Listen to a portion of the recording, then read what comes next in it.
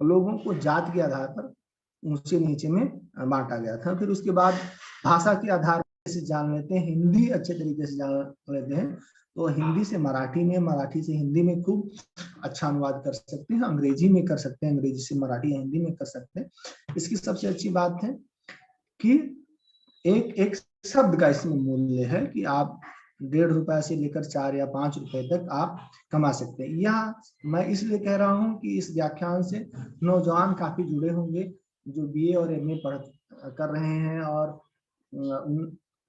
सामान्य घरों के बच्चे हैं, उनको पैसा नहीं मिल पा रहा है, तो अगर वे अन्य भाषाएं सीख लेंगे और नई दक्षताएं विकसित कर लेंगे, नई स्किल विकसित कर लेंगे तो उनके लिए मामला बन जाएगा। एक बात कहकर मैं अपनी बात खत्म करूंगा। आप लोग नई शिक्षा नीति के बारे में सब लोग जानते हैं और अमित भाई उस पर काफी जोर डालते रहे नई शिक्षा नीति। मैंने उसको जितना पढ़ा जो है उसकी बहुत सारी बातों से मैं असहमत हूँ। उसमें एक बात जो बहुत आकर्षक मुझे लगी वह लगी कि multilingualism and power of language, बहुभाषावाद और भाषा की ताकत। यह बताती है कि पिछले दिनों और अमूमन 5-6 महीने में भारत में विवाद उठता रहता है कि क्या हिंदी ही इस देश की भाषा होनी चाहिए, हिंदी ही राष्ट्रभाषा होनी चाहिए। तो बहुत सारे लोग कहते हैं कि नहीं भाई, हिंदी ही राष्ट्रभाषा नहीं होनी चाहिए, क्योंकि एक भाषा इस देश पे लादी नहीं जा सकती। बिल्कुल हिंदी इस देश की एक मातृभाषा नहीं हो सकती। और दूसरी यह कि अन्य भाषाएं भी रहें, लेकिन उसमें दिक्कत जो है, जो अभी इधर के दिनों में प्रोफेसर अभय दुबे ने कहना शुरू किया, लोग इस बात को तो स्वीकार कर रहे हैं कि बहुभाषावाद रहे, लोग इस बात को स्वीकार कर रहे हैं कि देश में बहुभाषावाद रहे, लेकिन वे किसी हिंदी सहित किसी भी भाषा को प्रमुखता नहीं देना चाहते। यानी वह जब आप कहेंगे कि हिंदी क्या राष्ट्रभाषा है तो कहने नहीं, हिंदी राष्ट्रभाषा नहीं है, क्योंकि जैसे हिंदी आप राष्ट्रभाषा करेंगे तो इससे फांसीवादी तरीका होगा और इससे देश टुकड़ों टुकड़ों में बढ़ जाएगा, जिस तरीके से रूस में हुआ, सोवियत संघ में। बात निश्चित रूप से सही, लेकिन जो अंग्रेजी भाषी वर्चस्वशाली समूह है वह यह कहता है कि आप अंग्रेजी का ही झुनझुना बजाते रहिए। बेसिक मामला है कि देश की सभी भाषाओं को विकसित होने का अवसर मिले। हिंदी भाषी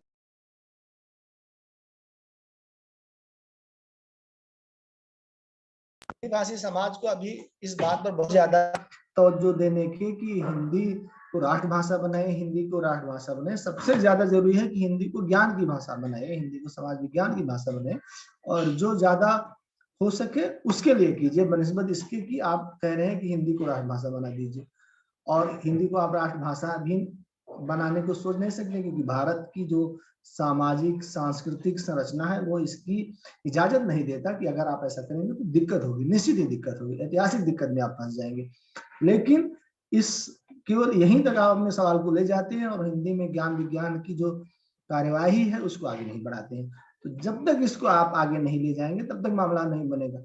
अब नई एजुकेशन पॉलिसी में ये तो कहा गया कि बहुभाषावाद होना चाहिए और अध्यापकों को कम से कम बाइलिंगुअल होना चाहिए, 3 भाषा फार्मूले की बात की गई, लेकिन इसमें एक यह है कि कहीं इस बात का जिक्र तक नहीं किया गया पूरी उस डॉक्यूमेंट में कि वह अध्यापक या वह छात्र जो अपनी भाषाओं में पढ़ाई करेंगे उनको जॉब कैसे मिलेगा, उसकी प्रक्रिया को समझाना चाहिए। होता क्या है कि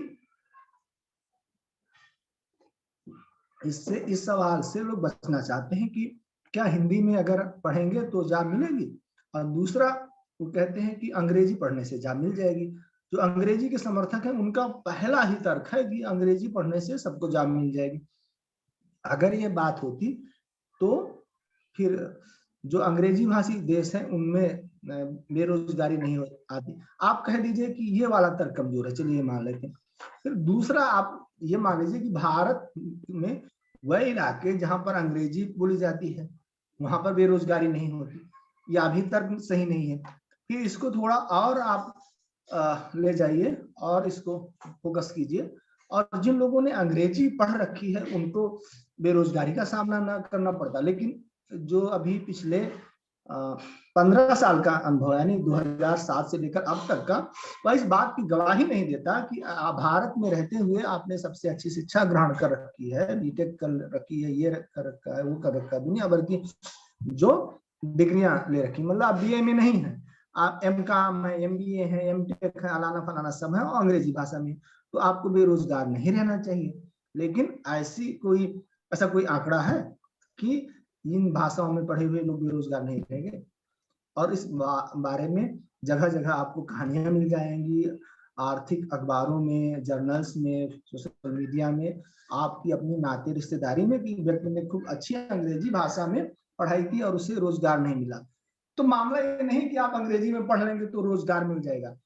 रोजगार मिलने का सीधा सा जो मसला है वह देश की पॉलिटिकल इकोनॉमी से जुड़ा है, यानी ज्यादा से ज्यादा रोजगार पैदा किए जाएंगे तो रोजगार मिलेगा। मामला क्या है कि आपको हमेशा यह बताया जाता है कि यह भाषा पढ़ लीजिए तो रोजगार मिल जाएगा, और जब उससे भी मामला नहीं बनता तो कहते हैं यह कोर्स पढ़ लीजिए इससे रोजगार मिल जाएगा। ये मामला नहीं है। अमित अर्थशास्त्र के विद्यार्थी इस बात को कहीं बेहतर तरीके से जानते हैं कि रोजगार का जो मामला है वह और मनमोहन भाई भी इससे जुड़े हुए हैं, तो ये दोनों लोग इस बात को अच्छी तरीके से बता सकते हैं कि जो रोजगार मिलेगा वह देश की आर्थिक वित्तीय नीति से मिलेगा, भविष्योन्मुखी योजनाएं बनाने से मिलेगा। साधारण सी बात है कि मध्य प्रदेश और उत्तर प्रदेश के किसी पीएचडी स्कॉलर को जॉब मिलने की संभावना इस बात पे ज्यादा निर्भर करती है कि जितने विश्वविद्यालय हैं, केंद्रीय विश्वविद्यालय हैं, उनकी संख्या 2 गुनी कर दी जाए, राज्य विश्वविद्यालयों की संख्या 4 गुनी कर दी जाए और प्राइमरी और इंटर कॉलेज की संख्या 8 गुनी कर दी जाए, तो कोई भी पढ़ा लिखा आदमी बेरोजगार नहीं रहेगा जाएगा। और ये मेरे जैसा इतिहास का आदमी नहीं कह रहा है, बल्कि इसको अर्थशास्त्री बहुत अच्छे तरीके से कह चुके हैं। अमर्त्य सेन का पूरा काम इस बारे की गवाही देता है कि किस तरीके से शिक्षा में ही ज्यादा निवेश कर देने से मामला बन जाता है। तो यह सारी चीजें समझने की जरूरत है, और हमें जो औसत सवाल हैं, जो ऊपरी सवाल हैं, झूठ मूठ के सवाल हैं, उसमें ना फंस के अच्छे तरीके से हिंदी में या जिस भी भाषा के आप विद्यार्थी हो, जो आपकी जो मातृभाषा है उसको पढ़ना चाहिए, उसमें सोशल साइंस लिखनी चाहिए। अब मैं अपनी बात खत्म करता हूं, अगर कोई सवाल हो तो आप पूछ सकते हैं।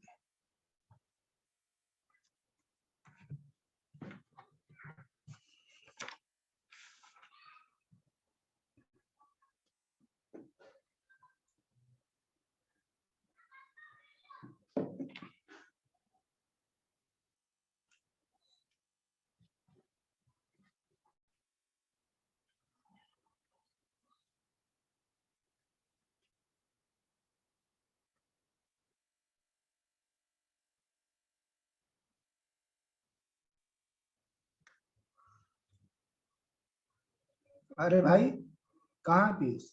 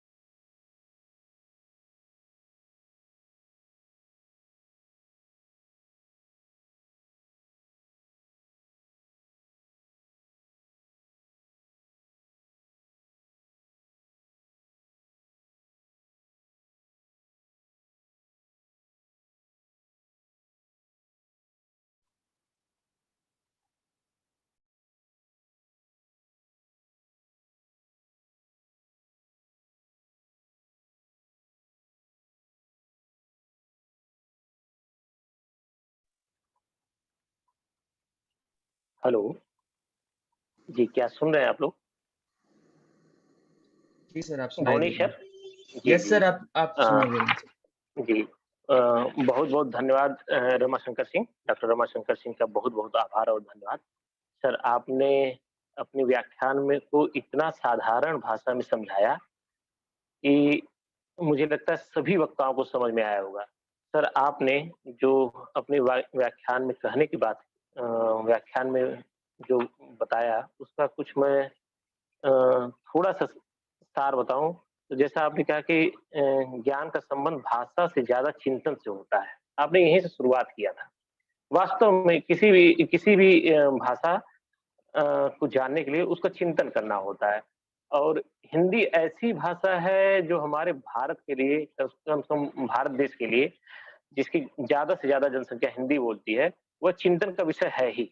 दूसरा आपने बताया कि जितनी भी राजनीतिक लड़ाइयाँ या आंदोलन हुए, वो सब हिंदी भाषा में ही हुए। ऐसा नहीं कि किसी भाषा विशेष से प्रभावित रहा, कि अंग्रेजी भाषा का आंदोलन था या संस्कृत भाषा का आंदोलन था। सभी कहीं न कहीं हिंदी भाषा से जुड़े रहे। आपने उसमें यह भी बताया कि जो उन आंदोलनों में नारों का प्रयोग किया गया, भाषाओं का प्रयोग किया गया, वह सब हिंदी में ही प्रयोग किया गया। चिपको आंदोलन का आपने उदाहरण दिया। आपने यह भी बताया कि राजनीतिक उन्नयन के लिए हिंदी भाषा ठीक नहीं है, यह कहना एक मिथ्या है। जो लोग तथाकथित लोग बोलते रहते हैं कि हमें राजनीतिक उन्नयन के लिए हिंदी भाषा कोई आवश्यक नहीं है, तो एक मिथ्या है। आपने सामाजिक, धार्मिक आदि आंदोलनों को बताया कि सभी लगभग हिंदी में ही हुए। मैं यहीं पे सर आपकी बात को थोड़ी समर्थन करते हुए एक बात और कहूँगा। हमारे पूर्व प्रधानमंत्री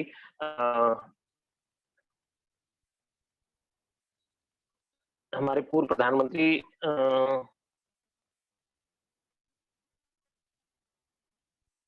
प्रधानमंत्री मैं मिस्टेक कर रहा हूँ, तो मैं बात बताता हूँ। प्रणब मुखर्जी राष्ट्रपति प्रणब मुखर्जी ने कहा कि अगर मुझे हिंदी आता तो मैं शायद भारत का प्रधानमंत्री हुआ होता। उनको आखिरी समय तक हमेशा मलाल इस बात का रहा है कि मुझे हिंदी नहीं आती थी। राजनीति का इतना अनुभव और वास्तव में अभी तक के 1990 के बाद डॉक्टर मनमोहन सिंह के बाद कोई बहुत विद्वान आदमी हमारे पास राजनेताओं में आया तो प्रणब मुखर्जी साहब आए थे। उनके द्वारा भी यह कहा गया कि हमें हिंदी आती तो शायद मैं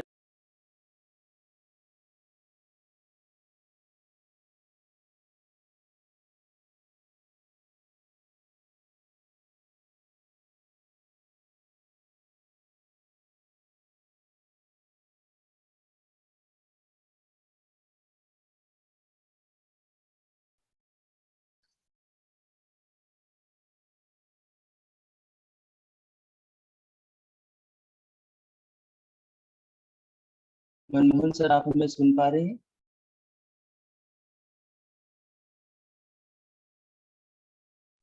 पीयूष सर, क्या आप भी मनमोहन सर को सुन पा रहे हैं या वो मैं नहीं सुन पा रहा हूँ। मेरे ख्याल से हमारा अच्छा। उनसे संपर्क टूट गया है। आवाज नहीं आ रही सर उनकी, लगता है डिस्कनेक्ट हो गए हैं। तो पीयूष सर, आप इसको इसको आप आगे बढ़ाइए और हमारे साथ कल के दो वक्ता भी, जो कल दो वक्ता बोलेंगे वो भी माननीय वक्ता हमारे साथ आ गए। मनमोहन सर आ गए हमारे साथ। हाँ, मनमोहन सर, अपने आप को अनम्यूट कर लीजिए प्लीज।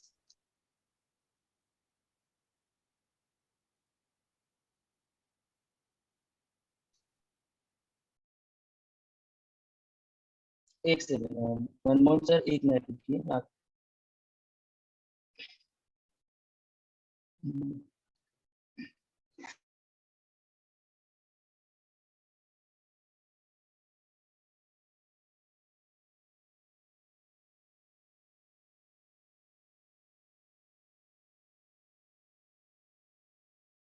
अब आप अपने आप को अनम्यूट कर सकते हैं मनमोहन सर, प्लीज कर लीजिए, अनम्यूट कर लीजिए।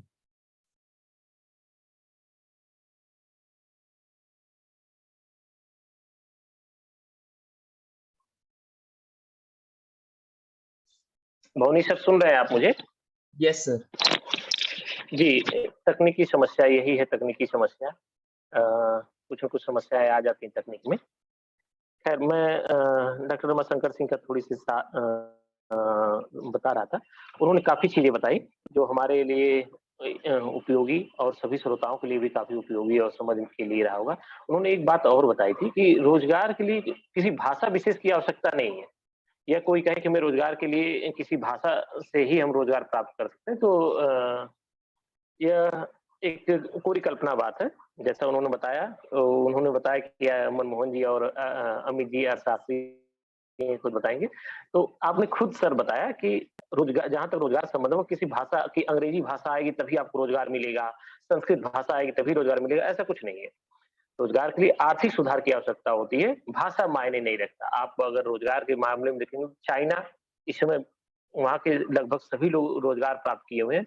वो अंग्रेजी भाषा को नहीं महत्व देता, वो अपनी चाइनीज़ भाषा को महत्व देता है। मैंडारिन भाषा से ही आज पूरे विश्व में बहुत तेज़ी से विकसित हो रहा है। तो सब मिला-जुला के डॉक्टर रमाशंकर सिंह ने हिंदी हिंदी में सामाजिक विज्ञान अनुसंधान, अवसर, चुनौतियाँ एवं निवारण के संबंध में काफ़ी अच्छा अपना वक्तव्य दिया। मैं इसके लिए डॉक्टर रमाशंकर सिंह को बहुत-बहुत धन्यवाद देता हूँ। मैं अब मंच का संचालन करने के लिए डॉक्टर भुवनेश सिंह बत्रा जी को आमंत्रित करना चाहूँगा। Doctor Bhuvnesh Singh Batra ji. Thank you very much Manmohan sir. हमारे इस प्रोग्राम में डॉक्टर अजय कुमार और डॉक्टर शुभनीत कौशिक भी जुड़े हुए हैं, जो द्वितीय दिवस यानी कल के पैनल में है और कल हम सभी को संबोधित करेंगे। मैं उनका हार्दिक स्वागत करता हूं और उन्हें आमंत्रित करता हूं कि वे अपनी टिप्पणी हमको दें, हम एक फीडबैक दें। सबसे पहले डॉक्टर अजय कुमार सर, मैं आपको आमंत्रित करता हूं, प्लीज आइए।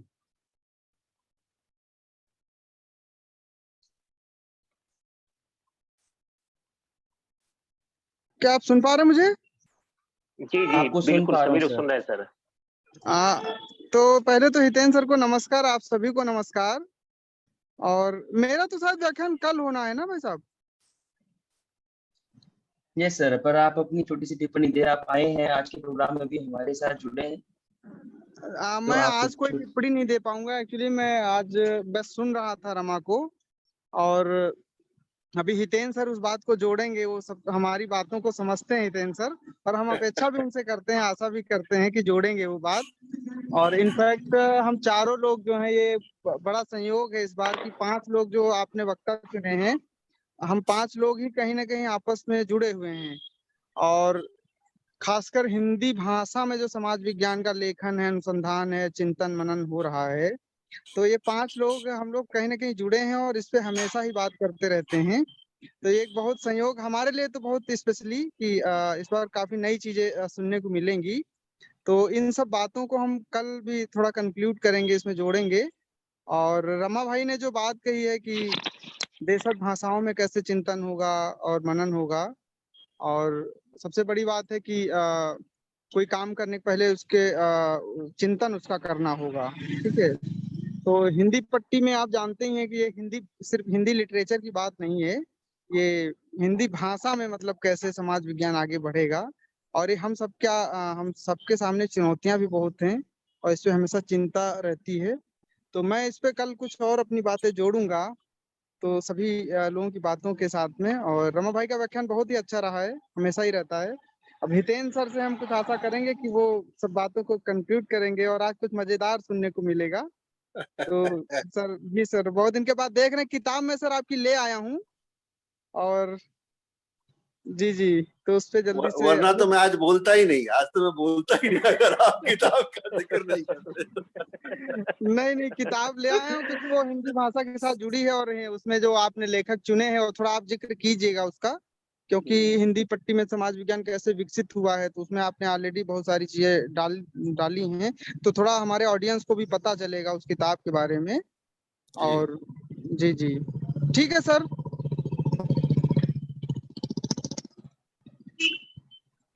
मनमोहन जी सुन रहे हैं आप मुझे? सर को जी, जी, जी, बहुत धन्यवाद सर, बहुत धन्यवाद सर। चूंकि आप उपस्थित थे, तो ये हुआ कि आपका एक छोटा सा स्वागत और आपका इंट्रोडक्शन करा दिया जाए। हाँ, थोड़ा माफी हमारे चाहते बीच थे में इसलिए हमारे बीच क्योंकि में कल के 2 वक्ता हैं हमारे बीच में, डॉक्टर अजय जी कुमार, जी जी आप असिस्टेंट प्रोफेसर समाजशास्त्र के हैं, Ambedkar school of social sciences, Baba Saheb Bhimrao Ambedkar विश्वविद्यालय लखनऊ में हैं आप। हिंदी में आपके विचार है हिंदी में समाज विज्ञान, लेखन, प्रकाशन एवं ज्ञान की निर्मिति। आपका व्याख्यान कल होगा। और जी दूसरे जी हमारे एक वक्ता कल के हैं जो हमारे बीच में हैं, उनका भी थोड़ी सी मैं परिचय करा दूं। डॉक्टर शुभनीत कौशिक, आप असिस्टेंट प्रोफेसर इतिहास विभाग में हैं, सतीश चंद्र कॉलेज बलिया में। आप उत्तर भारत के पुस्तकालय और अभिलेखागार में अपना व्याख्यान प्रस्तुत करेंगे। सर, मैं आप सभी लोगों को सादर धन्यवाद और प्रणाम करता हूं कि आप लोग आज के भी सेमिनार में उपस्थित हुए हैं। अब मैं बोनी सिंह बत्रा सर को फिर से बुलाना चाहूंगा ताकि हमारे अगले वक्ता को आप आमंत्रित करें। डॉक्टर बोनी सिंह बत्रा साहब।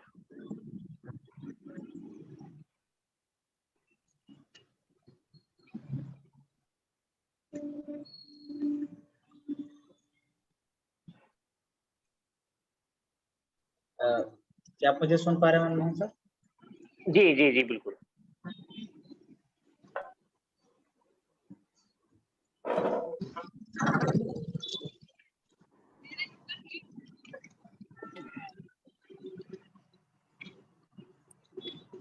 सर, मुझे लगता है बोनी सिंह बत्रा सर नहीं सुन पा रहे हैं, कुछ तकनीकी समस्या हुई होगी। मैं ही आमंत्रित करता हूँ। हमारे बीच में अगले वक्ता है डॉक्टर हितेंद्र पटेल सर हैं। आप प्रोफेसर और हेड हैं department of history, Ravindra Bharati university Kolkata, ex fellow Indian institute of advance study Shimla. आपके काफी लेख है सर, मैं अगर गिनाने लगूंगा तो मुझे लगता है काफी लोग डर भी जाएंगे कि सर के इतने लेख उल्लेखनीय है।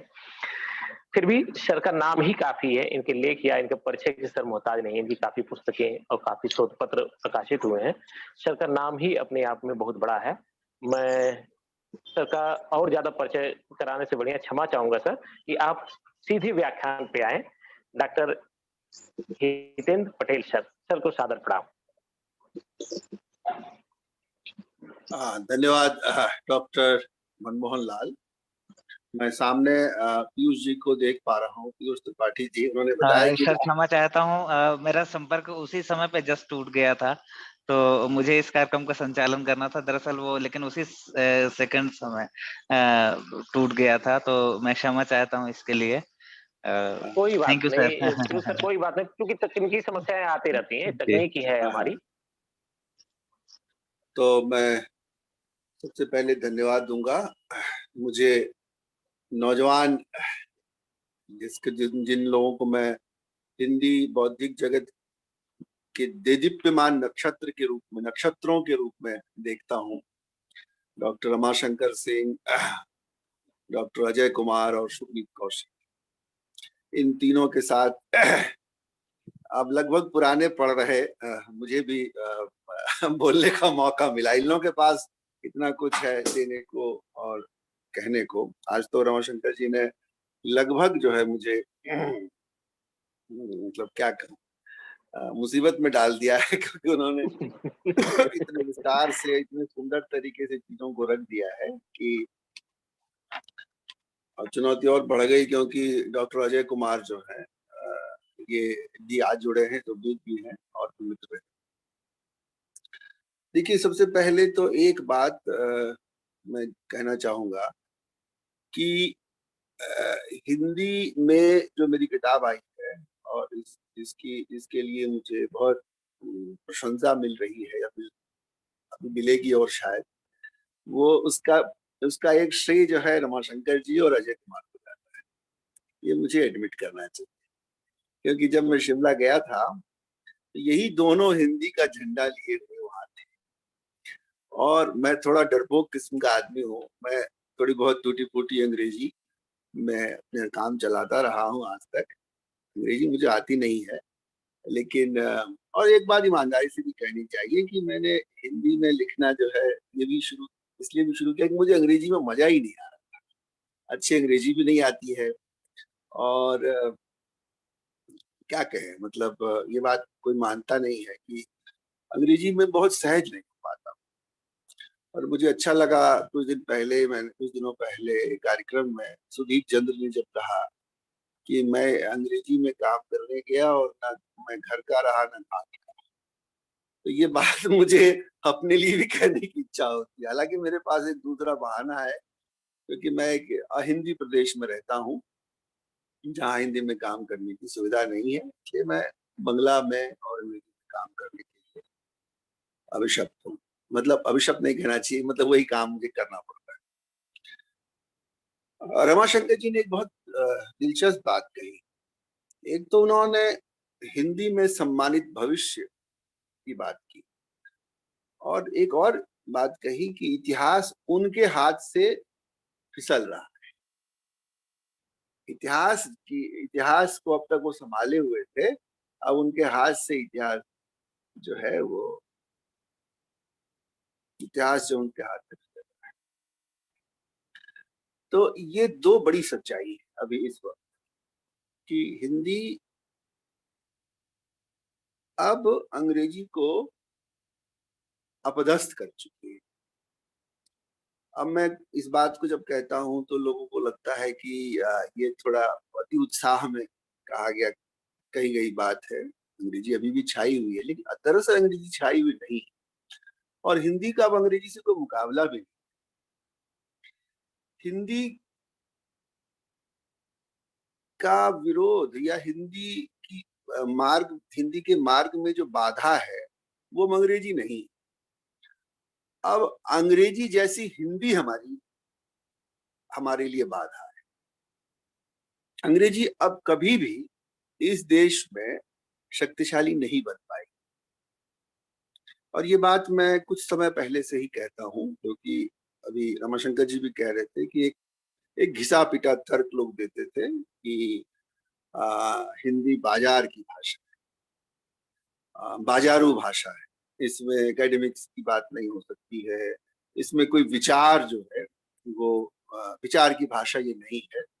और बहुत सारे विद्वान लोग जो है उनको मैंने कहते सुना है कि मैं कविता कहानी हिंदी में लिख सकता हूँ, पढ़ सकता हूँ, लेकिन विचार मैं अंग्रेजी में ही व्यक्त कर सकता हूँ। और ऐसा कहते हुए उनकी गर्दन थोड़ी टेढ़ी हो जाती।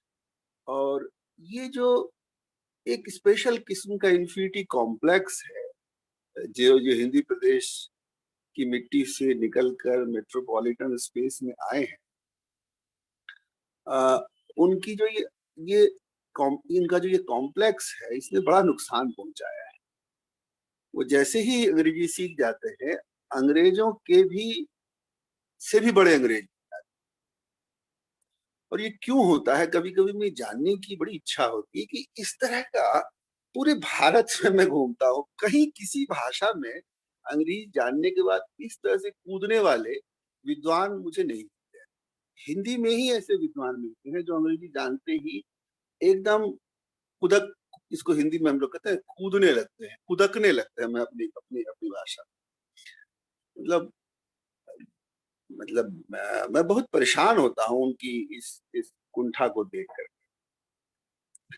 अभी रमाशंकर जी जिक्र कर रहे थे कि क्या ऐसा है कि हिंदी में कोई ज्ञान उत्पादन का कोई साहित्य नहीं था कभी। उन्होंने 20 से 60 के समय का जिक्र किया, बहुत सही जिक्र किया। मैंने इस विषय पर थोड़ा सा सोचा है, इसलिए मैं आपसे कह सकता हूँ कि ये बहुत बड़ा दुष्प्रचार है लोगों के बीच में कि हिंदी में ज्ञान उत्पादन जो है वो नहीं हुआ है। इस बात को ऐसा क्यों हुआ कि हम लोग आज उनको याद नहीं कर पाते हैं या उस कड़ी से अपने को जोड़ नहीं पाते हैं? तो उसके लिए प्रधान रूप से जिसको मैं रेखांकित करना चाहूंगा, बहुत सारी बातें रमाशंकर जी ने कह दी, कुछ बातें कल जोड़ेंगे अजय और शुभनीत। मुझे लगता है कि जो एकेडमिक जो इंट्रूजन हुआ है, जो एकेडमिक तथाकथित एकेडमिक जो ज्ञान है, एकेडमिक ज्ञान का क्या अनुवाद किया जाए, तो इसका एक अनुवाद जो है नामवर जी ने कभी किया था, प्रोफेसरी ज्ञान। ये जो प्रोफेसरी ज्ञान है, इसने एक खास किस्म की भाषा को जन्म दिया। और जैसे डॉक्टर की भाषा डॉक्टर ही जाने, या कंपाउंडर जाने, या दवाई बेचने वाला जाने, वकील की भाषा वकील ही समझ पाए, वैसे ही एक लगभग कूट भाषा तो नहीं कहूंगा, लेकिन एक ऐसी भाषा का विकास हो गया एकेडमिक्स में, जिसके कारण हमारे यहाँ एकेडमिक के आने के बाद एक एकेडमिक क्लास बनता गया, और उसके साथ एक ऐसी भाषा विकसित हो गई जिसने कि सामान्य पढ़े लिखे लोगों के लिए उसको अबूझ सा बना दिया। एक बात को घुमा फिरा करके इस तरह से कहा जाने लगा कि अब वो बहुत काम की चीज नहीं रहेगी। सामान्य लोगों को अगर आपको जर्नल हाथ में दे दीजिए तो बेचारे को समझ में नहीं आएगा, तो उसको जो टाइटल दिखाएगा कि नहीं इसमें जन, संस्कृति, लोक आदि की बातें हैं, उसको लगेगा हाँ हाँ हाँ, ये तो लोक जन की बात है, लेकिन उसमें जो बात कही जा रही है वो उसको समझ में नहीं आएगी। उसमें कभी वो फ्रांस, कभी वो जर्मनी, कभी इंग्लैंड, कभी अमेरिका के विद्वानों का हवाला देखता रह सकता है और खुश हो सकता है कि ये लोग भी हमारे समाज का अध्ययन कर रहे हैं, लेकिन उससे कुछ उसको समझ में नहीं आया। और ये जो एकेडमिक भाषा का निर्माण हुआ, इसके समानांतर भारतीय एलीट ने धीरे धीरे अपने तरीके से एक ऐसी भाषा को शक्तिशाली बनाने की कोशिश जारी रखी, जिसके कारण एक शिक्षित समाज का एक जो सबसे ऊंचा वाला हिस्सा है, उसमें अंग्रेजी के लोग ही काबिज हैं। जैसे आप देखिएगा कि अंग्रेजी का विद्वान जो है वो आपकी अंग्रेजी सुन करके जो है वो तुरंत आपसे हिंदी में बात करने लगेगा, और इसलिए करने लगता है कि वो बताना चाहता है कि बच्चे तुम जो है, तुमसे मैं बात कर रहा हूँ हिंदी में, और वो ऐसी हिंदी में बात करेगा कि थोड़ी देर में आपको अपमान जैसा महसूस लगेगा। और ये बात जो है मैं खुल के आप लोगों के सामने कह सकता हूँ, क्योंकि आप लोग इस पीड़ा के दंश से बहुत ज्यादा पीड़ित रहते होंगे। आप अपनी अंग्रेजी में बोल रहे हैं तो वो अंग्रेजी आपको लेकिन आपसे हिंदी में बात करेगा, ये बतलाने के लिए कि बच्चों तुम जो है उस योग्य नहीं हुए हो अभी। और जैसे ही वो अंग्रेज से बात करेगा, देखिए फिर उसकी जबान और देखिए उसका भाव बदल जाएगा पूरा। और ये बात जो है, ये जो बात है, इसको कहा जाना चाहिए, लेकिन क्या है कि ये बात कोई कहना भी नहीं चाहता है। बहरहाल एक बात का जिक्र करूंगा। भारत में अंग्रेजी में काम होता था, राजनीति भी अंग्रेजी में ही, लेकिन अचानक एक गांधी नामक आदमी आए और उन्होंने हिंदी में काम करने की शुरुआत की, और गांधी ने दृढ़ता से ये काम किया। मुझे याद पड़ता है कि कलकत्ता में एक सभा में तिलक अंग्रेजी में भाषण देते थे सामान्यतः, तो गांधी ने हिंदी में भाषण दिया, और तालियों की गड़गड़ाहट से जो है पूरा माहौल जो है गर्मा गया। अब इस भाषण के बाद तिलक को बोलना था, और तिलक जो है वो अंग्रेजी में अब कैसे बोले, बेचारे की पसीना छूट रहा था। तो गांधी ने तिलक को कहा कि आप जैसी हिंदी जानते हो वैसे ही बोलिए, और वैसी हिंदी में वो बोले, और पहली बार जो है उनको इस तरह का स्वागत मिला, सामान्य लोग समझ पाए। तो वहां से एक शुरुआत हुई। तो गांधी जो है उनको मैं मानता हूँ कि उन्होंने इस बात को सबसे पहले पकड़ लिया था कि भारत में राजनीति इस भाषा में ही हो सकती। और धीरे धीरे आपने देखा, रमाशंकर जी जिक्र भी कर रहे थे कि राजनीति की भाषा जो है वो भारतीय भाषा हो गई। जिन लोगों को ये लगता है कि बगैर बड़े विद्वान को कोट किए बिना कोई महत्वपूर्ण बात नहीं कही जा सकती है, तो उनके लिए मैं कोट कर देता हूँ। सुदीप्तो कविराज ने कहा है कि भारत जो राष्ट्रीय हुआ है वो अंग्रेजी में हुआ है, वो भारतीय भाषाओं में हुआ है। उसमें उन्होंने सबसे पहली भाषा जिसका जिक्र किया वो है हिंदी। हिंदी, तमिल, बंगला आदि भाषाओं में भारतीय लोग अपने राष्ट्रीयता का पाठ उन्होंने पढ़ा है। तो राजनीति तो गई, अब राजनीति को अंग्रेजी में करे तो करे, दिल्ली में बैठ करके करे तो करे, उसके लिए कोशिशें होती हैं और एक खास किस्म का डिस्कोर्स जनरली किया जाता है, लेकिन उनको पूछने वाला कोई नहीं होता है। कभी कभी बीच बीच में कोशिश की गई कि जो है अंग्रेजी में लाफ्टर शो किया जाए, तो पता चला कि उस लाफ्टर शो में जितने लोग वहां हैं उसके अलावा बहुत कम लोग सुनने वाले।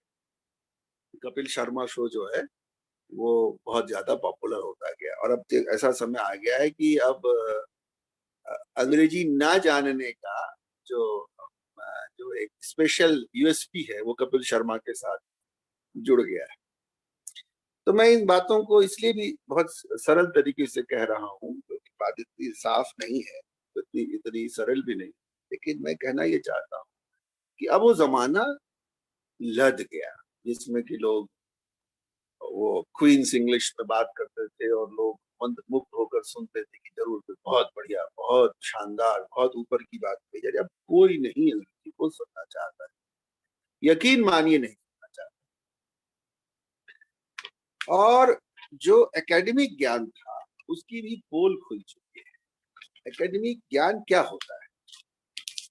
जो एकेडमिशियन के द्वारा तैयार किया गया, फेलो एकेडमिशियंस के द्वारा समझा जाने वाला और उनके द्वारा अपने सीमित क्षेत्र में जो ज्ञान फैलता है उसको एकेडमिक ज्ञान कहा जाता है।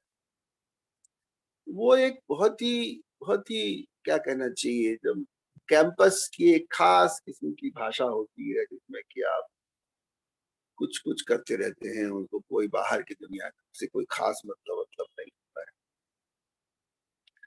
एक बात जो भी लोग सोशल साइंस में काम करना चाहते हैं उनको समझ लेनी चाहिए कि हमको अपनी भाषा को रूप देना है, एक ऐसी भाषा को फिर से वापस लाना है जो जिसमें ज्ञान चर्चा हो और जो लोगों को समझ में आए।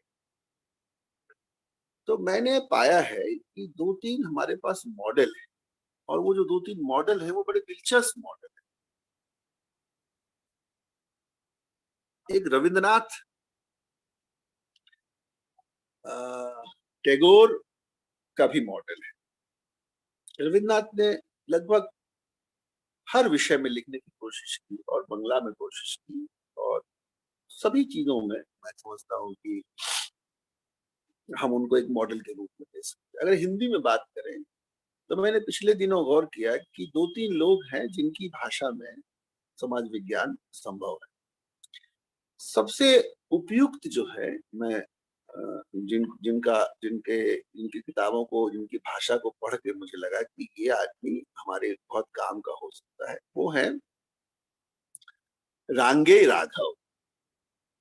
बहुत सारे लोग उनके नाम से परिचित हैं लेकिन उनको बहुत ध्यान से पढ़ा नहीं गया है। रांगे राघव है, राहुल सांकृत्यायन है, रामविलास शर्मा है और किन्हीं अर्थों में निर्मल जी की जो भाषा है उसका भी मैं उदाहरण देता हूँ। ये इनमें से कोई भी हमारे लिए संपूर्ण रूप से उपयोगी ना भी हो, तो इन सबको मिला करके हमको एक ऐसी समाज विज्ञान की भाषा का निर्माण करना है, बनाना है, जिसमें कि समाज विज्ञान चर्चा ठीक से हो सके। देखिए, बार बार एक ही बात कही जाएगी कि कैसे होगी चर्चा, इसमें तो शब्द ही नहीं। अरे शब्द नहीं है तो शब्द बन जाएंगे, शब्द बनने में कितनी देर लगेगी? शब्द बनाना या बनना या उधार लेना, कभी कभी हम लोग उधार से भी काम चलाते हैं, शब्द की बात नहीं होती है। जो ज्ञान हिंदी में रखा जा रहा है उसके प्रति हे दृष्टि रखना, ये जब बंद हो जाएगा तो हिंदी में समाज विज्ञान बहुत सरल हो जाएगा, बहुत सहज। हिंदी में मैंने उदाहरण जो दिए वो ऐसे ही नहीं उदाहरण दिए, उसके पीछे कारण है। भाषा पर ध्यान हमारा कम गया है। मुझे नामवर जी का एक भाषण याद आ रहा है जो उन्होंने दिया था शिवपूजन सहाय के ऊपर। उसमें उन्होंने कहा था कि मेरा वश चले तो 50% नंबर में काट लूं अगर किसी की भाषा ठीक नहीं हो तो। अब भाषा ठीक नहीं हो तो उसके नंबर कटे, ये क्यों उनको जरूरी लगाता है? इसलिए जरूरी लगाता है कि भाषा पर हमको ध्यान देना चाहिए। समाज विज्ञान की जो भाषा है उस भाषा को भाषा पर बात करते हुए मैं एक बात की तरफ आपका ध्यान आकृष्ट करना चाहूंगा। कुछ लोग कहते हैं कि पहले भी लोग अंग्रेजी में काम करते थे, लेकिन पहले जो अंग्रेजी में काम करते थे उनको जब हिंदी में लाया जाता था तो आपको बिल्कुल नहीं लगेगा कि वो अंग्रेजी से हिंदी में आई हुई चीज है। ऐसे ऐसे अनुवादक थे जो इस तरह से उन चीजों को ले आते थे कि वो उसी हमारी भाषा की चीज हो जाए। कभी आप गांधी को पढ़िए, जो अंग्रेजी का उनका भाषण है उसका अनुवाद पढ़िए, नेहरू का पढ़िए, अब ऐसे ऐसे लोग हैं। अब प्रेमचंद अनुवाद कर रहे हैं, शिवपूजन सहाय अनुवाद कर रहे हैं, या हिंदी के बहुत बड़े बड़े लोग थे जो अनुवाद कर रहे हैं। तो वो भाषा को बरतना जानते थे। जो आप सस्ता साहित्य मंडल में जो आप किताबें मिलेंगी वो जो अनुवाद देखिए, नेहरू की किताबों का अनुवाद देखिए, वो आपको नहीं लगेगा कि ये कोई उस तरह का अनुवाद है। यहां तक कि मैं कहता हूं, मैं एक उदाहरण और दूंगा आपको। जो लोग कहते हैं कि जर्नल निकालना है, जर्नल तो अंग्रेजी में ही निकल सकता। मेरे सामने एक उदाहरण है, हिमालय नाम की एक पत्रिका का संपादन युवा राहुल सांकृत ने किया था, और उसमें जो नाम है जिन लोगों ने उस पे आर्टिकल दिए, आप एक से बढ़कर एक लोगों ने उसमें लिखा है। संस्कृत के विद्वान है, पाली के विद्वान, इतिहास के विद्वान, तमाम लोगों ने लिखा है। और उसमें कहीं भी आपको भाषा को पढ़ते हुए ये नहीं लगेगा कि ये कठिन भाषा है, समझ में नहीं आएगी बात। संपादन किया है राहुल सांकृत ने। तो ये बात जो मैं आपको कह रहा हूँ, हिमालय गंगा पत्रिका थी या हिमालय, मुझे ठीक से नाम इस वक्त याद है, लेकिन राहुल ने उसका संपादन किया था। रामवृक्ष बेनीपुरी ने कुछ अंक का संपादन किया था। और भी बहुत सारे उदाहरण आप दिए, जैसे शुभजीत कौशिक बारे में ज्यादा जानकारी दे सकते हैं, उन्होंने इस पर विधिवत काम किया है। तो ऐसे लोगों ने जब हिंदी में ज्ञान विज्ञान की चर्चा की, मैं एक उदाहरण और दूंगा। एक व्यक्ति हुआ करते थे छविनाथ पांडे, किस तरह के लेखक थे वो? तेल की कहानी, पंखे की कहानी, विज्ञान की किताबें, इसका अनुवाद करते थे। और ऐसा अनुवाद आप तो पुरानी लाइब्रेरीज में ही वो किताबें मिलेंगी, हर किसी को हर बात वो समझा देते थे बहुत आसानी से। और अनुवादक ऐसे कि उन्होंने ऐसे ऐसे उपन्यासों का अनुवाद किया है जो जैसे युद्ध और शांति, अन्ना कारेनिना, इस तरह की किताबों का अनुवाद उन्होंने किया है। मतलब बहुत धाकड़ अनुवादक थे, बहुत सहज सरल भाषा अनुवाद करते थे, बहुत अच्छी भाषा। लेकिन अब क्या हो रहा है कि ये बात मैं मानता हूं कि आजादी के बाद हुआ, ये बात हुई कि एक ऐसी भाषा हिंदी बनी जिस भाषा में अंग्रेजी उतर आई, और वो भाषा जो हिंदी दिखती है लेकिन होती नहीं, ऐसा मुझे लगता है। मुझे बहुत कठिनाई होती है, मुझे खुद कठिनाई होती है, और मेरा दावा है कि सबको कठिनाई होती है, लेकिन वो हिंदी कहलाती है। ऐसी भाषा ही हमारे लिए सबसे बड़ी बात है। आप इस भाषा को जब तक सहज नहीं करेंगे तब तक आप कभी भी हिंदी का मार्ग प्रशस्त नहीं करेंगे।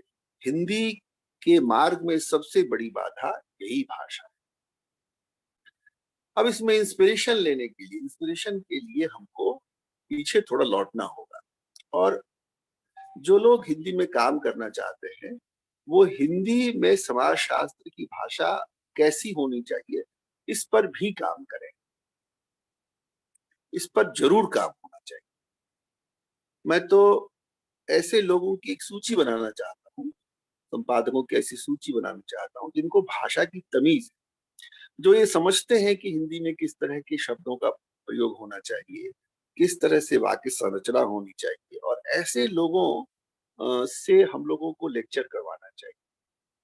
इतिहास कैसे लिखा जाए, इतिहास में जो बहुत कठिन शब्द हैं, जो कठिन टर्म्स हैं, उन टर्म्स को कैसे हम ऐसा बना सकें जो हमको हमारे प्रयोग में हम ला सकें। मैंने इसीलिए रांगे राघव का जिक्र किया। रांगे राघव जो को मैं पढ़ रहा था तो मैं देख रहा था कि वो बड़ी आसानी से शब्द बनाते चलते हैं, जहां उनको जैसा लगता है उस हिसाब का शब्द वो बना लेते हैं, और बड़ी कठिन कठिन शब्द शब्दों को उन्होंने सरल किया है। मैं अभी संयोग से एक ऐसी किताब पढ़ रहा हूँ, रांगे राघव जी का, शायद ये कोई एक शताब्दी वर्ष आने वाला है, शुरू होने वाला है, इसलिए कई और इसकी चर्चा भी होगी। लेकिन वो जो भाषा है उस भाषा पे थोड़ा ध्यान दीजिएगा, क्योंकि वो मानव समाज में विकास कैसे हुआ, स्त्री पुरुष संबंध, मनोविज्ञान के ऊपर उन्होंने लिखा है, और भी बहुत सारी चीजें।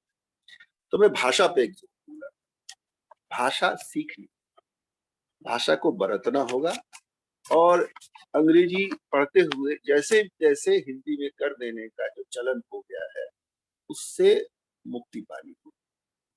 हिंदी में सोचना होगा, और हिंदी में सोचने का सीधा सा मतलब है ऐसी भाषा में सोचना जो भाव को, आइडिया को, हेलो,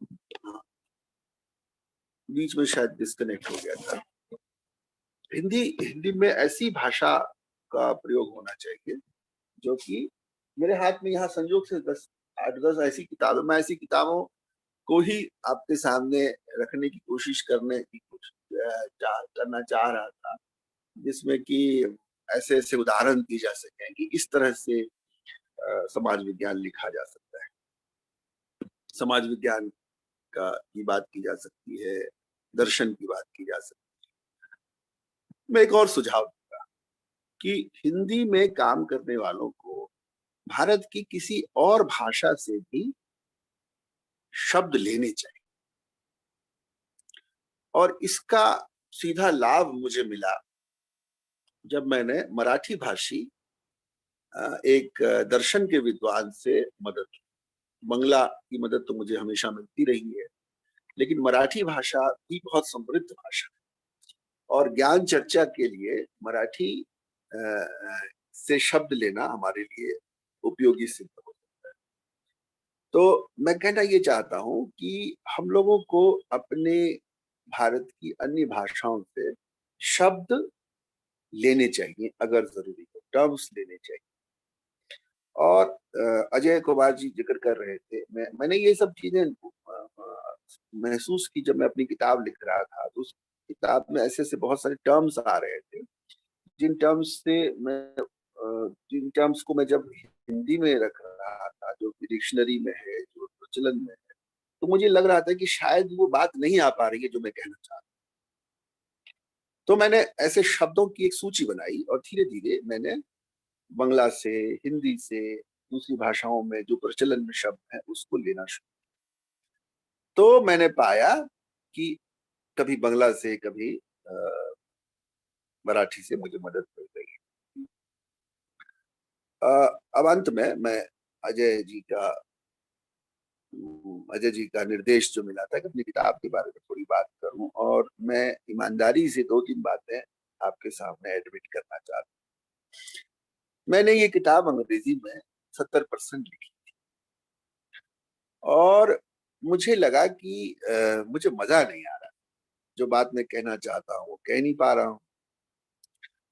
तो अब एक उपाय यह है कि किसी तरह से लिख दो, किसी एडिटर के पास ले जाओ, एडिटर उसको ठीक कर देगा। अधिकतर लोग की जो अंग्रेजी है ना, मैं अपने मित्रों का नाम नहीं लेना चाहता, उनकी लिखे हुए से उनकी अंग्रेजी का अंदाजा मत करिए, उनसे बुलवा दीजिए, उनका एक भाषण करवा दीजिए अंग्रेजी में, आपको उनकी पोल खुल जाएगी। उनकी जितनी अंग्रेजी आप पढ़ते हैं ना किताब में, वो जो शानदार अंग्रेजी, उनका भाषण करवा दीजिए, उनकी पोल खुल जाएगी। उनको अंग्रेजी नहीं आती है वैसे, वो एडिटर की भाषा होती है। हमने बहुत सारे एडिटर से बात की तो पता चला कि ये जो इतनी सुंदर सुंदर अंग्रेजी, इतनी बढ़िया बढ़िया वाक्य, इतना बढ़िया वो सब एडिटर लोग करते हैं। वो एडिटिंग टेबल पर वो किताब तैयार होती है।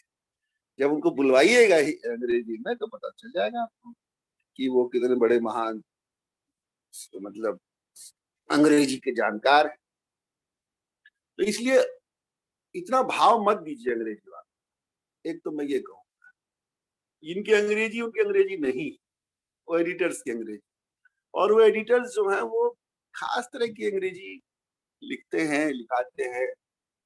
वो चलता है एकेडमिक्स में, अब वो दौर खत्म हो गया। सहज सरल भाषा लिखिए। और जैसा कि रमाशंकर जी ने भी कहा कि अगर आप चाहते हैं कि आपका लिखा आपकी भाषा के बाहर जाए तो आप थोड़ी सी अंग्रेजी सीख लीजिए। ऐसी कोई बात नहीं है। मैं आपको बताता हूँ कि जैसी अंग्रेजी मैं जानता हूँ वो मैं 3 महीने में किसी को भी सिखा सकता हूँ।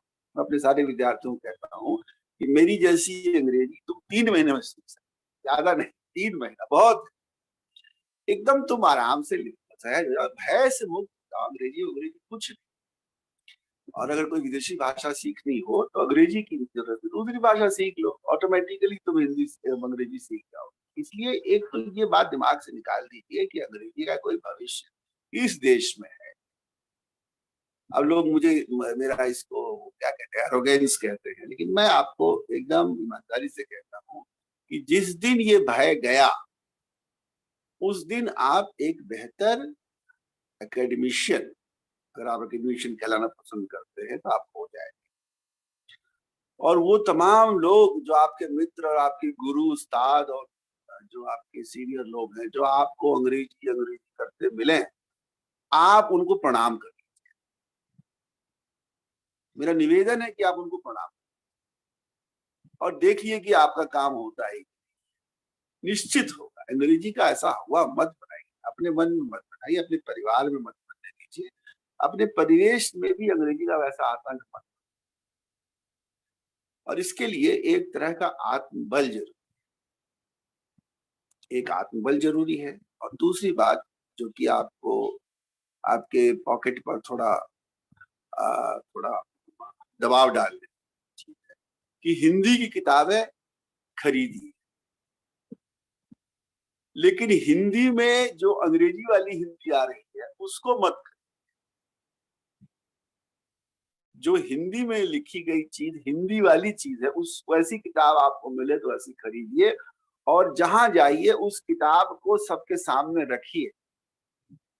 मैं एक बात हल्के तौर पे कहता हूँ, मजाक के तौर में, कि जिस दिन कॉन्वेंट में पढ़ने वाली लड़की एयर कंडीशन डब्बे में, एयरपोर्ट में, स्टेशन में हिंदी की किताब पढ़ती हुई मिलने लगेगी, उसी दिन अंग्रेजी का बेड़ा गर्क हो जाएगा इस भारत में। ये जो देखिएगा कि अंग्रेजी हर आदमी जो है स्टेशन में अंग्रेजी किताब, कॉन्वेंट का पढ़ा हुआ अंग्रेजी किताब लेके हाथ में, वो किसी न किसी किताब लेकर के वो बैठा हुआ बेंच पढ़ता हुआ मिल जाता है। ये सब छद्म है, ये सब बकवास है, ये सब का कोई मतलब नहीं। अब इन सब बातों से मत समझिए कि मैं अंग्रेजी कोई विरोधी होता जा रहा हूँ, नहीं, बिल्कुल।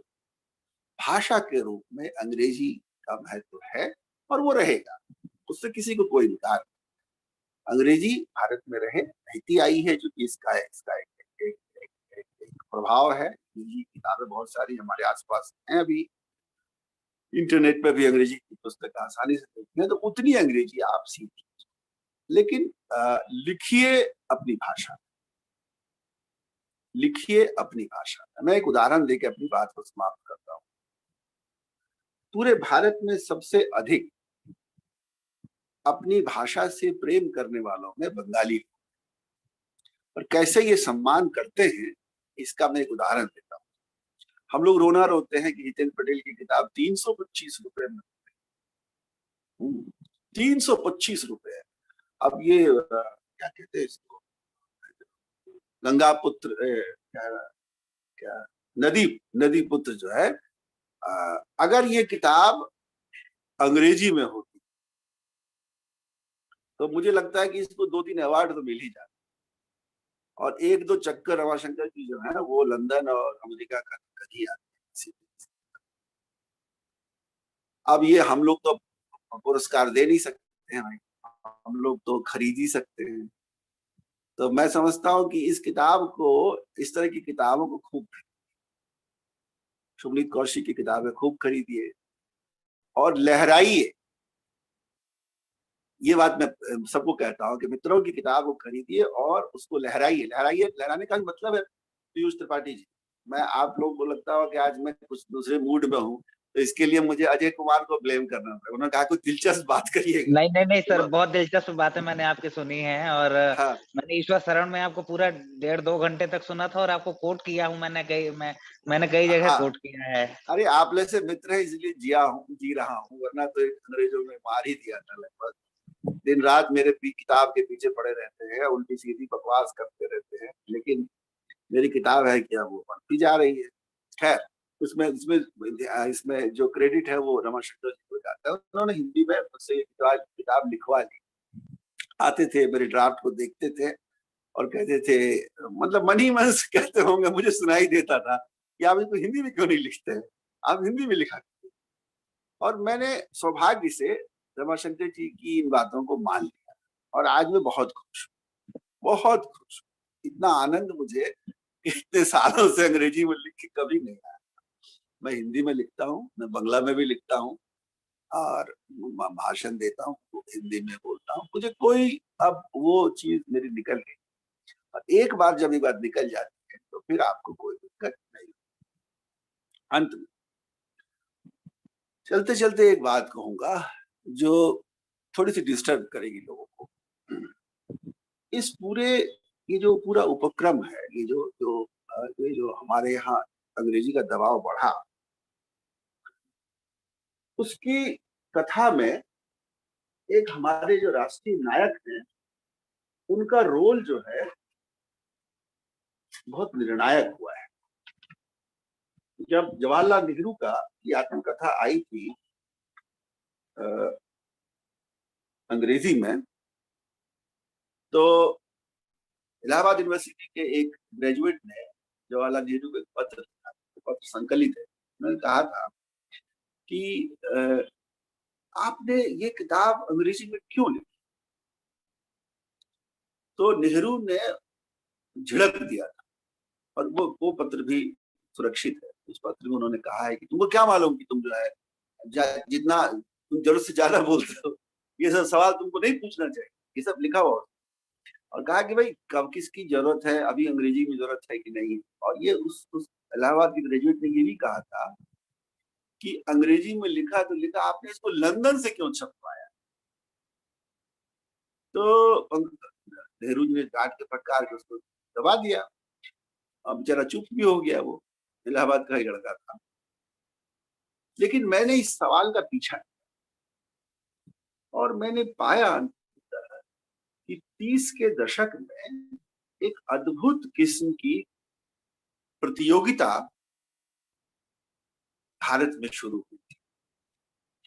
और वो जो 30 के दशक में वो जो प्रतियोगिता हुई थी, जिसमें कि जो एलिट पढ़े लिखे वामपंथी लोग थे, उन्होंने अपना कब्जा भारतीय ज्ञान क्षेत्र में बना लिया था। और उसमें सुभाष बोस, जवाहरलाल नेहरू, जयप्रकाश नारायण, राम मनोहर लोहिया और तमाम ऐसे लोग थे जिन्होंने अंग्रेजी को एक किस्म से वो सम्मान दे दिया, जिस सम्मान से गांधी लोगों को दूर ले गए थे। और भारत में अंग्रेजी का ये जो सम्मान फिर से वापस प्रतिष्ठित हुआ 40 और 50 के दशक में, फिर ऐसा सम्मान हुआ कि जब तक लफंगे लोगों ने राजनीति, लफंगा में गलत शब्द जो कर गया, मतलब जो हुडलम्स और जो रूड और एक राउडी जो क्राउड है, उसने जब तक की राजनीति पर अपना वर्चस्व हासिल नहीं कर लिया, तब तक यही डिस्कोर्स अंग्रेजी वाला ही चलता रहा। आज दुर्भाग्य, सौभाग्य, कुभाग्य, कुछ भी कह लीजिए, ऐसा समय है कि कोई अंग्रेजी का आदमी इस उत्तर भारत में सुना नहीं जा रहा है। बड़ा से बड़ा आदमी, नोबेल लॉरिएट भी नहीं सुना जा रहा। सुना वही जा रहा है जो लोक की भाषा में बोल रहा है।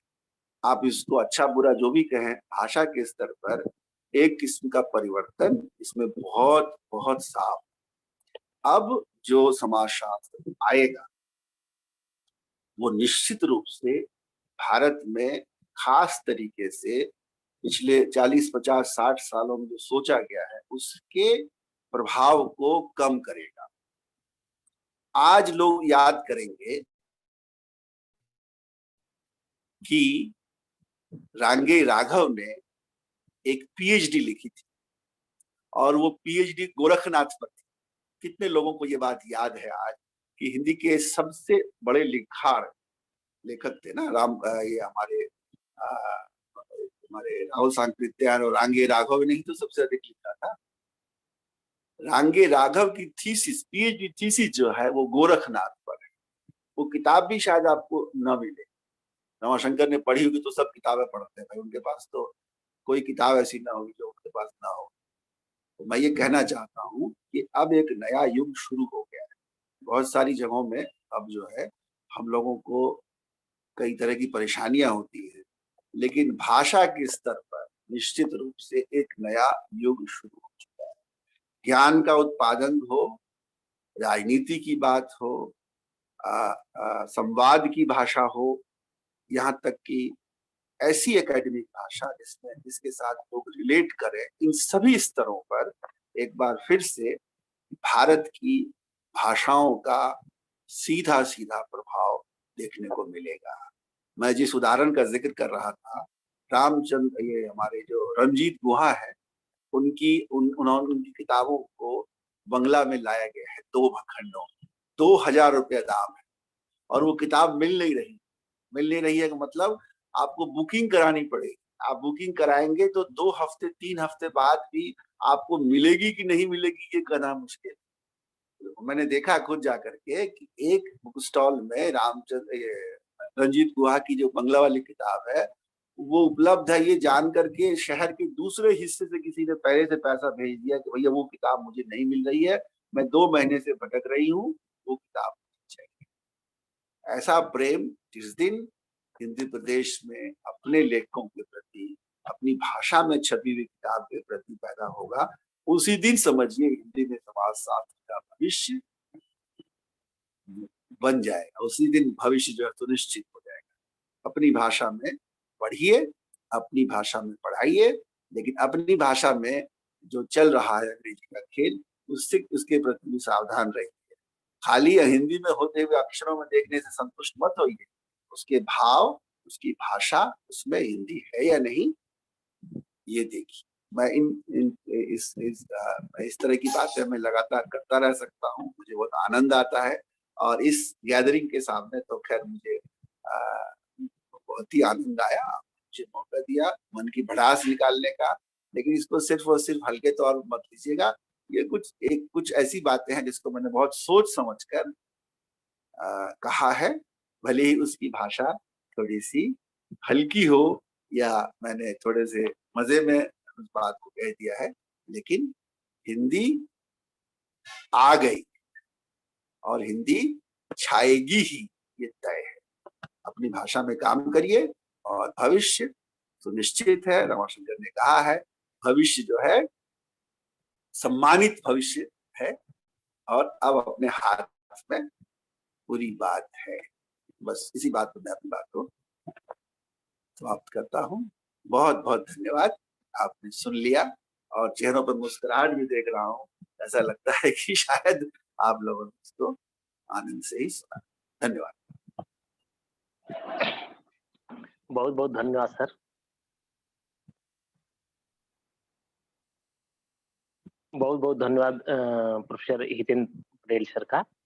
सर आपने इतनी सहज भाषा में इतनी अच्छी बातें हम लोग बताई, वास्तव में हमारे बीच में छात्र भी हैं, क्योंकि ये यूजी और पीजी और पीएचडी के भी छात्र हैं। तो पीएचडी वाले छात्र के लिए काफ़ी उपयोगी रहा होगा। यूजी के भी छात्र थे, जिनको आपकी बातें इतनी आसान शब्दों में समझ में आया होगा। मुझे पूरी उम्मीद है कि वो लोग पूरी बातें आपसे समझे होंगे। सर की तारीफ़ जितना किया जाए वो तो कम ही है। हमारे इस मंच पे सर उपस्थित है, यही सबसे बड़ी तारीफ़ की बात है और हमारे लिए गर्व की बात है। जैसा कि सर ने अपने लेक्चर में, अपने व्याख्यान में बताया कि हिंदी अंग्रेजी को उपदस्थ कर चुकी है। यहीं से सर ने शुरुआत किया था, पहले 1-2 वाक्यों के बाद यहीं से उन्होंने शुरू किया था। अब समय आ गया है कि हिंदी अंग्रेजी को अपदस्थ कर चुकी है। हिंदी का अंग्रेजी से कोई विरोध नहीं है। उन्होंने बताया कि ऐसा नहीं कि हम हिंदी की बात कर रहे हैं तो हिंदी का अंग्रेजी से विरोध है या अंग्रेजी का हिंदी से एक युद्ध चल रहा है, ऐसा कुछ भी नहीं है। लेकिन सर ने अपना भारत के इतिहास में जाके आज़ादी के आंदोलन में जाके भी बताया कि हिंदी कितना उपयोगी हमारे लिए रहा है। उन्होंने बताया कि अंग्रेज जब आए उसके बाद हमारे यहाँ अखबार, न्यूज़पेपर वगैरह छपना शुरू हुआ तो वो अंग्रेजी और फ्रांसीसी भाषा में शुरू हुआ था। लेकिन जब गांधी काल आता है, गांधी जी का काल आता है, गांधी जी पूरा अंग्रेजी में पढ़ाई किए थे, लंदन में पढ़ाई किए थे। सब कुछ उनका पढ़ाई-लिखाई इंग्लिश में ही थी। लेकिन जब वो भारतीय आंदोलन में आए, तो उन्होंने महसूस किया कि हमें हिंदी भाषा में आंदोलन शुरू करना चाहिए, तभी हमारा आंदोलन बढ़ सकता है और हम अपने उद्देश्यों को प्राप्त कर सकते हैं। जैसा कि सर ने एक उदाहरण भी दिया कि बंगाल में एक सम्मेलन में तिलक जी और गांधी जी और तमाम माननीय नेतागण उपस्थित थे और तिलक जी ने अपना भाषण अंग्रेजी भाषा में शुरुआत किया। उनको लगा कि काफ़ी अच्छा लगेगा, लेकिन फिर उसके बाद गांधी जी के जब नंबर आया और गांधी जी ने शुद्ध हिंदी भाषा में एक बिल्कुल आसान भाषा में बोला और उससे काफ़ी लोग प्रशंसा करने लगे। और इसके बाद तिलक जी असहज महसूस करने लगे, अपने आप को असहज महसूस करने लगे। यह सर ने बताया अभी अपने लेक्चर में और सर ने बताया कि आंदोलन हमारा जो आज़ादी का आंदोलन था उसमें गांधी जी हिंदी का रोल किए। लेकिन इसी में इन्होंने बताया कि बीच में जवाहरलाल नेहरू साहब ने अपनी पुस्तक अंग्रेजी में लिखी और लंदन से छपवाई। उसका भी कारण उन्होंने बताया कि क्या कारण था।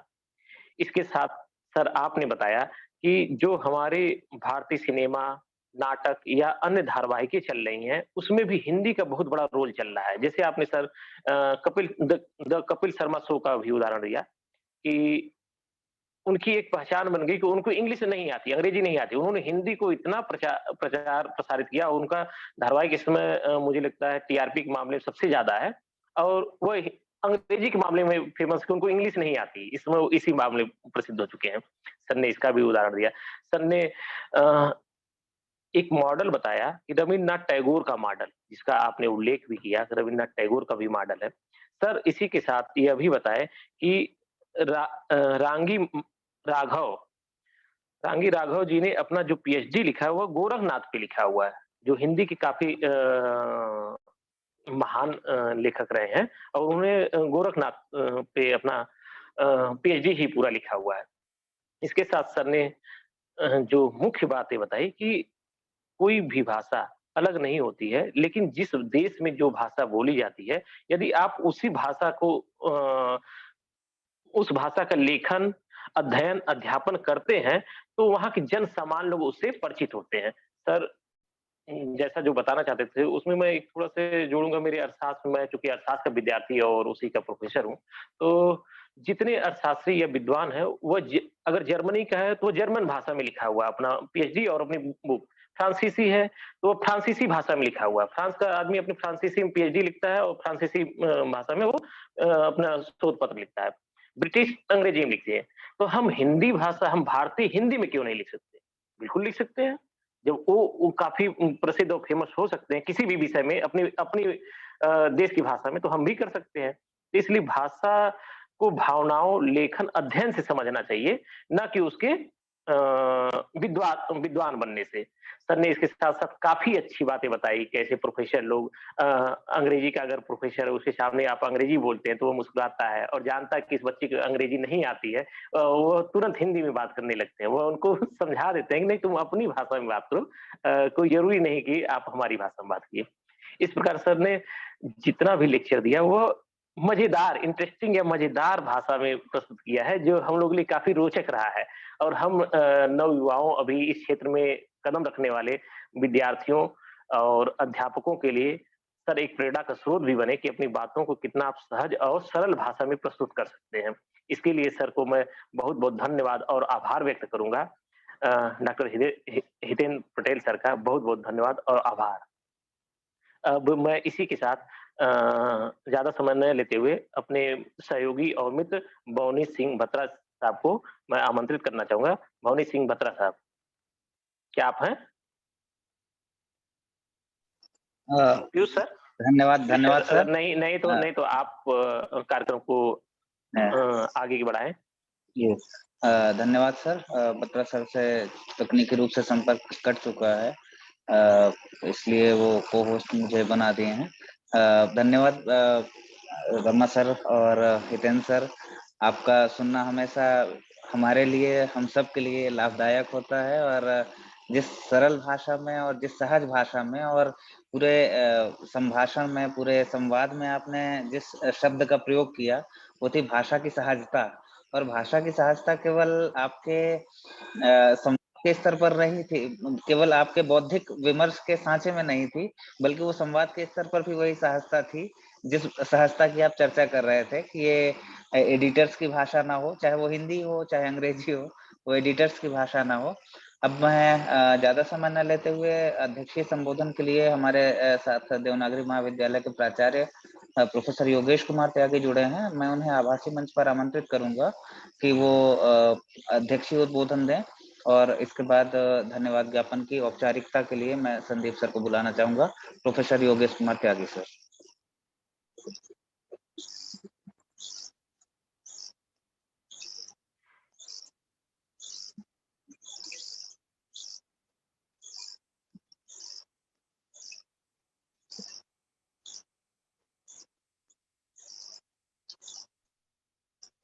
संभवतः उनसे संपर्क नहीं हो पा रहा है प्रोफेसर योगेश कुमार त्यागी सर से।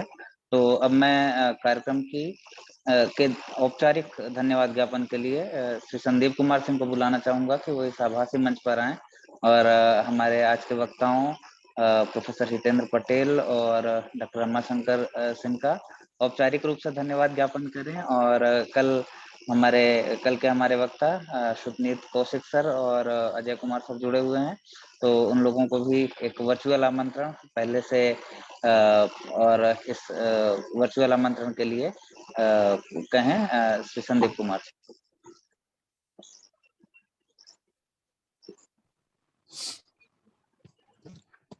धन्यवाद त्रिपाठी सर।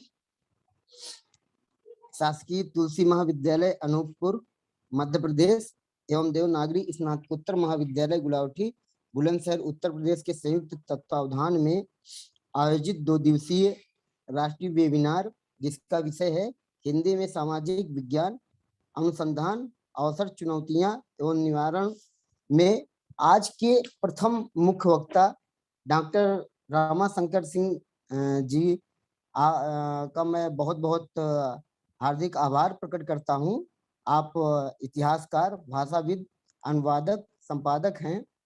आपने आज अपने व्याख्यान में ये बताने की कोशिश की कि हमें अपने भाषा के प्रति लगाव रखना चाहिए, अपने भाषा के प्रति हमें हीन भावना नहीं रखनी चाहिए।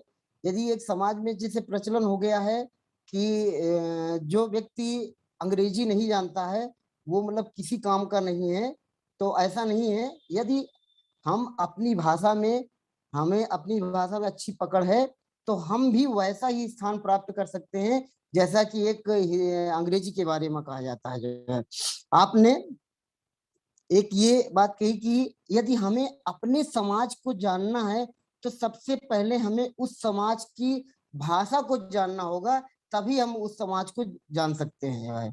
और एक आपने कहा कि जैसे हमें अपने भाषा का विकास करना है, हिंदी भाषा का, तो उसे तकनीक में कहीं ना कहीं तकनीक में उसे बढ़ावा देना चाहिए। जैसे हम यदि लैपटॉप के माध्यम से या मोबाइल में कहीं अगर प्रयोग करते हैं तो हम अंग्रेजी भाषा के शब्दों का प्रयोग न करके हम अपनी हिंदी भाषा के शब्दों का प्रयोग करें तो वो हमारे भाषा के विकास में सहायक होगा।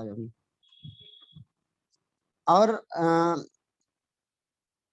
मैं आज के अपने दूसरे मुख्य वक्ता डॉक्टर हितेंद्र पटेल जी, आप प्रोफेसर और विभागाध्यक्ष रवींद्र भारती विश्वविद्यालय कोलकाता में, आपने बहुत ही सुंदर तरीके से हिंदी भाषा के विकास और हिंदी के प्रति जो लोगों का एक नजरिया है और अंग्रेजी के प्रति जो एक भाव है, दोनों को बहुत अच्छी तरीके से बताया। आपने ये कहा कि वर्तमान का जो युग है उसने हिंदी ने अंग्रेजी को कहीं ना कहीं एक तरह से बाहर कर दिया, अपदस्थ कर दिया है और आगे आने वाला समय भी हिंदी के लिए बहुत अच्छा होगा।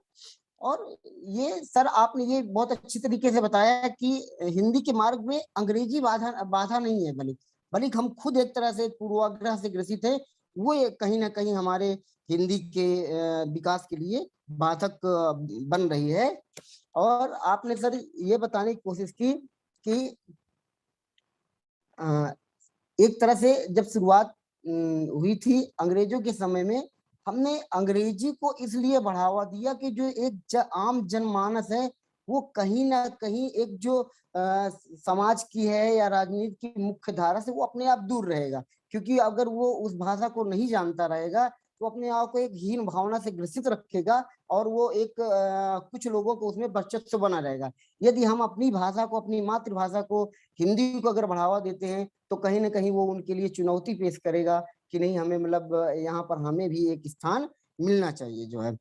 आपने सर हिंदी भाषा के, मेरा विषय भी हिंदी है, आपने बहुत अच्छी तरीके से रांगे राघव, राहुल संकृत्यायन, रामविलास शर्मा, निर्मल वर्मा जी की जो एक भाषा है, एक जो एक आम जन को समझने वाली जो भाषा है उसका आपने जिक्र किया।